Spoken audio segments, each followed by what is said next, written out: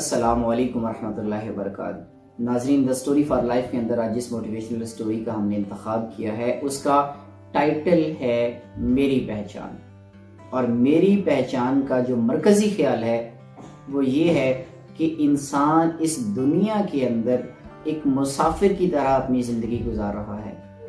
جیسے مسافر کسی منزل پر جاتا ہے اور جانے کے بعد اس نے واپس اپنے حقیقی گھر کی طرف آنا ہوتا ہے، اپنے اصل گھر کی طرف آنا ہوتا ہے، ایسے ہی انسان یہاں اس دنیا کے اندر مختصر ٹائم پیریڈ کے لیے موجود ہے، اس کے بعد اس نے یہاں سے چلے جانا ہے اور اپنی زندگی کا جواب دینا ہے۔ یہ ہمارا اس کا مرکزی خیال ہے۔ تو ناظرین، ہم دیکھتے ہیں کہ ہم اپنی زندگی جو ہے وہ مختلف احساسات، جذبات، تخیلات اور خیالات کے اندر جو ہے وہ گزار رہے ہیں، اور یہ وقت آہستہ آہستہ گزرتا جا رہا ہے جس کا ہمیں بالکل بھی جو ہے وہ احساس نہیں ہے، اور وقت ہمیں احساس ہونے بھی نہیں دے رہا کہ کب ہم جو ہے جوانی سے بڑھاپے کی طرف جو ہے وہ چلے جاتے ہیں۔ بچپن سے جوانی اور جوانی سے بڑھاپا کب آ جاتا ہے اس کا ہمیں پتہ ہی نہیں چلتا، اس کا ہمیں احساس ہی نہیں ہوتا، اور ہم ایک لمحے کے لیے پریشان ہو جاتے ہیں کہ ہم نے اپنی زندگی کے اندر کیا حاصل کیا ہے۔ تو جب ہم اس کا تجربہ کرتے ہیں تو حاصل کرنے سے زیادہ ہم کھو کے بیٹھے ہوتے ہیں۔ ایسا کیوں ہے؟ ایسا اسی لیے ہوتا ہے کہ ہم شروع سے اپنی جو زندگی ہے اسے احکامات خداوندی کے مطابق جو ہے وہ نہیں گزارتے۔ جب ہم احکامات سے، اللہ کے بتائے گئے احکامات سے دور رہیں گے تو علم جو ہے وہ بھی ہم سے دور رہے گا، تعلیمات جب ہم سے دور ہوں گی تو ہم اس حساب سے اپنی زندگی گزار ہی نہیں سکتے جس حساب سے ہمیں گزارنی چاہیے۔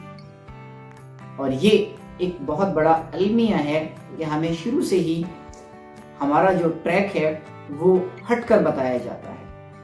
ہمیں دین سے زیادہ دنیا سکھائی جاتی ہے، ہمارے اندر ہر چیز جو ہے وہ دنیا کی حد تک بھر دی جاتی ہے کہ آپ نے یہ حاصل کرنا ہے اور اس طریقے سے حاصل کرنا ہے، لیکن ہمیں یہ نہیں بتایا جاتا کہ ان دا اینڈ جو ہے آپ کے ساتھ وہ کیا ہونے والا ہے۔ انسان اس وقت تک ہی اچھا لگتا ہے جب تک وہ کما رہا ہوتا ہے، جب تک وہ کھلا رہا ہوتا ہے۔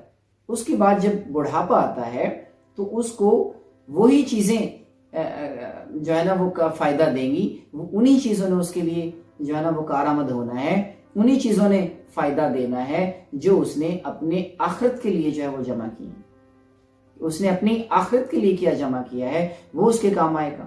جو اس نے کمایا وہ تو اس کی اولاد نے کھا لیا، یا اس کی فیملی نے کھا لیا، یا کسی اور دوست رشتہ دار نے جو ہے نا وہ کھا لیا، لیکن جو اس نے آخرت کے لیے اکٹھا کیا، آخرت کے لیے جوڑا، وہ کوئی نہیں استعمال کر سکتا، وہ اس کا محفوظ ہوگا اگر اس نے کمایا ہوگا۔ تو ہم دیکھتے ہیں کہ یہاں جو ہماری زندگی ہے وہ ایک مختصر سی ہے۔ جیسے ایک مسافر کو کسی منزل پر اگر جانا ہو تو وہ چند دن، گھنٹے، مہینے، ہو سکتا ہے کہ سال کے لیے چلا جائے، لیکن آخر کار اس نے واپس اپنے مقام پر آنا ہوتا ہے۔ ایسے ہی ہم نے اس دنیا میں مختصر قیام کے بعد واپس جانا ہے، اور اس زندگی کا جو ہے وہ حساب دینا ہے کہ ہم نے اپنی جو زندگی ہے وہ کس طریقے سے گزاری۔ تو اگر ہم نے اپنی زندگی احکامات خداوندی کے مطابق گزاری ہوگی تو ہمیں کسی قسم کی کوئی پریشانی نہیں آئے گی، لیکن اگر ہم اصل ٹریک سے ہٹ کر اپنی زندگی گزارتے رہے ہیں تو پھر ہمیں بہت زیادہ مسائل کا سامنا کرنا پڑ سکتا ہے۔ اس لیے خدا را ہمیں سوچنا ہوگا، ہمیں جاننا ہوگا، ہمیں اپنی زندگی کو احکامات خداوندی کے مطابق جو ہے وہ گزارنا ہوگا، تبھی ہمارے لیے آسانیاں ہو سکتی ہیں۔ ہم جو ہے پریشان ہیں، ہم جو ہے وہ بھٹکے ہوئے ہیں، ہم اپنے اصل حقیقی ٹریک سے ہٹے ہوئے ہیں۔ وہ اس کی جو مین وجہ ہے وہ کیا ہے؟ اصل وجہ ہی یہ ہے کہ ہم اپنی اسلامی تعلیمات سے جو ہے وہ دور ہوئے ہوئے ہیں۔ جب تک ہم اپنی اسلامی تعلیمات کے مطابق اپنی زندگی کو بسر نہیں کریں گے، ہم اپنے اصل حقیقی مقصد کو حاصل نہیں کر سکتے، ہم اپنی منزل کو حاصل نہیں کر سکتے۔ ہمیں اپنی منزل اسی وقت ملے گی جب ہم اپنی زندگی کو احکامات خداوندی کے مطابق جو ہے وہ گزاریں گے، اور اس کے لیے محنت کرنا پڑتی ہے۔ اسلامی تعلیمات کے لیے ہمیں محنت کرنا چاہیے. جیسے ڈاکٹر بننے کے لیے ہمیں جو ہے بہت ساری کتابوں کو پڑھنا پڑتا ہے, بہت سارے تجربات حاصل کرنے پڑتے ہیں. ایسے ہی ہمیں احکامات خداوندی کو سیکھنے کے لیے جو بزرگ ہیں ان کے پاس بیٹھنا ہوگا, جو دین اسلام سکھانے والے اساتذہ ہیں ان کے پاس بیٹھنا ہوگا, ان سے سیکھنا ہوگا, ان سے پوچھنا ہوگا, ان کا احترام کرنا ہوگا, ان کی خدمت کرنی ہوگی. پھر جا کے کہیں وہ تعلیم ہمیں اللہ کی طرف سے نصیب ہوگی. اور پھر وہ حاصل کرنے کے بعد کام یہی ختم نہیں ہو جاتا, بلکہ اس کو حاصل کرنے کے بعد اس کے مطابق زندگی کو گزارنا ہی اصل جو ہے وہ زندگی ہے.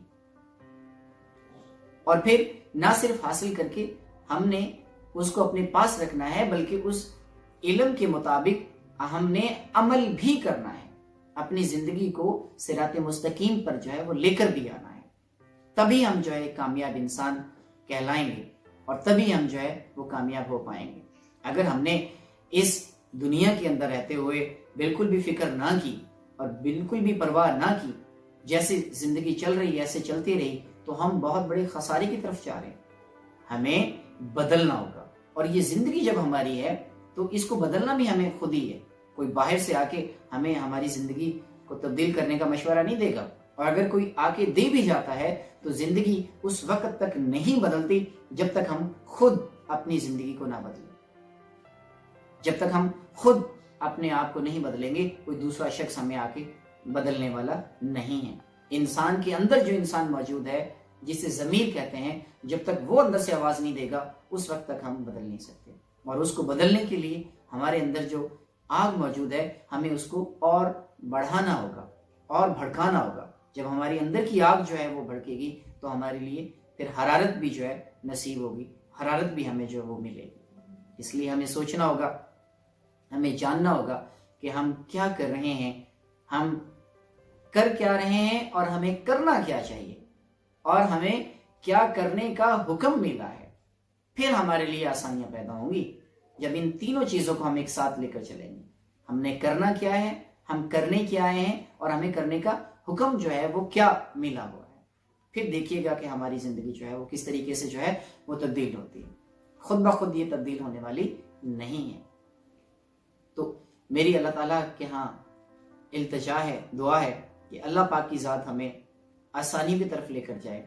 اللہ پاک ہمیں دین اور دنیا کی سمجھ عطا کرے. اللہ پاک نہ صرف ہمارے لیے آسانیاں پیدا کرے, بلکہ ہم سے بعد آنے والی جو ہماری نسلیں ہیں ان کے لیے بھی آسانیاں پیدا کرے. اللہ پاک ان کو بھی صراط مستقیم پر رکھے. اللہ پاک انہیں بھی اپنے راستے میں جو ہے وہ قبول فرمائے, اور وہ برائی سے بچتے رہیں اور نیکی کی طرف جو ہے راغب رہیں. جب انسان نیکی کرنے کی طرف ہمت کرتا ہے اور برائی سے بچنے کی کوشش کرتا ہے تو اللہ کی ذات اسے بہت پسند کرتی ہے. اللہ کے ہاں وہ بڑا محبوب بندہ بن جاتا ہے. بس یہی وہ معاملات ہیں جن کو ہم نے سیکھنا ہے, اسی کی طرف ہم نے اپنے آپ کو لے کر جانا ہے. اگر ہم میں برائی سے بچنے کی طاقت آ گئی اور نیکی کرنے کی ہمت ہمارے اندر آ گئی تو ہم سمجھ لیں کہ صراط مستقیم کی طرف جا رہے ہیں. ہمیں ہمارے اندر ایک جذبہ ہونا چاہیے, ہمارے اندر ایک سوچ ہونی چاہیے. اگر ہمیں کسی کا دکھ جو ہے وہ اپنا دکھ محسوس ہو رہا ہے تو ہم کہہ سکتے ہیں کہ ہم صراط مستقیم پر ہیں. ہمیں دوسروں کی دکھ تکالیف کو اپنی جو ہے نا وہ دکھ تکالیف محسوس کرنا ہوگا, ان کی خوشیوں کو اپنی خوشیاں سمجھنا ہوگا, ان کی مدد کر کے ہمیں خوشی نصیب ہونی چاہیے. جب ہم ان کاموں کی طرف آتے ہیں تو پھر ہمارے لیے آسانیاں جو ہے وہ خود بخود پیدا ہونا شروع ہو جاتی ہیں, اور یہ اللہ کی بڑی نعمت ہوتی ہے. تو خدارا ہمیں اپنی زندگی کو پہچاننا ہوگا, ہمیں اپنے خیالات, احساسات, جذبات, تخیلات کو ایک صحیح ٹریک پر لے کر آنا ہوگا. اور وہ ٹریک کیا ہے؟ وہ ٹریک جو ہے وہ صراط مستقیم ہے. اس راستے پر چل کر ہی ہمیں جو ہے وہ کامیابی نصیب ہو سکتی ہے. اس کے علاوہ اور کوئی دوسرا راستہ نہیں ہے جس پر ہم چل کر کامیاب ہو سکتے ہیں. تو میری اللہ تعالیٰ کے ہاں دعا ہے کہ اللہ پاک ہمیں اور ہماری آنے والی نسلوں کو دین اسلام کی جو ہے وہ توفیق دے. دنیا اور آخرت کو سمجھنے کی جو ہے وہ توفیق دے، اور ہم دین اور دنیا دونوں کو سمجھنے میں کامیاب ہو جائیں۔ اللہ پاک ہماری مدد فرمائے، آمین ثم آمین۔ جزاک اللہ۔ اپنا بہت سارا خیال رکھیے گا، دعاؤں میں یاد رکھیے گا، ہنستے رہیں، مسکراتے رہیں۔ جزاک اللہ۔